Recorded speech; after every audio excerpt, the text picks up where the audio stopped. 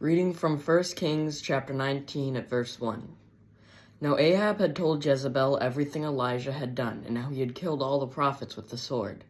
So Jezebel sent a messenger to Elijah to say, "May the gods deal with me, be it ever so severely, if by this time tomorrow I do not make your life like that of one of them." Elijah was afraid and ran for his life. When he came to Beersheba in Judah, he left his servant there, while he himself went a day's journey into the wilderness.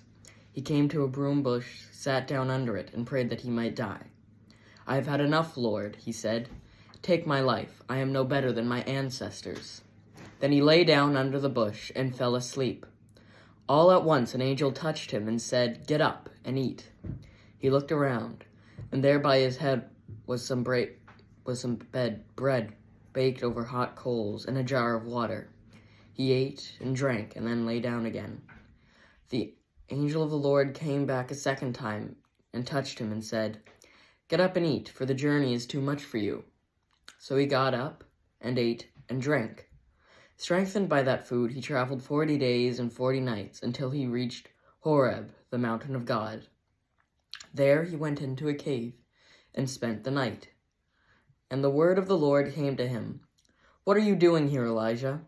He replied, "I have been very zealous for the Lord God Almighty. The Israelites have rejected your covenant, torn down your altars, and put your prophets to death with the sword.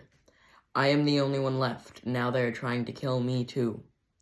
The Lord said, "Go out and stand on the mountain in the presence of the Lord, for the Lord is about to pass by." Then a great and powerful wind tore the mountains apart and shattered the rocks before the Lord. But the Lord was not in the wind. After the wind there was an earthquake, but the Lord was not in the earthquake. After the earthquake came a fire, but the Lord was not in the fire. And after the fire came a gentle whisper. When Elijah heard it, he pulled his cloak over his face and went out and stood at the mouth of the cave. Then a voice said to him, "What are you doing here, Elijah?" He replied, "I have been very zealous for the Lord God Almighty. The Israelites have rejected your covenant, torn down your altars, and put your prophets to death with the sword. I am the only one left, and now they are trying to kill me too. Amen."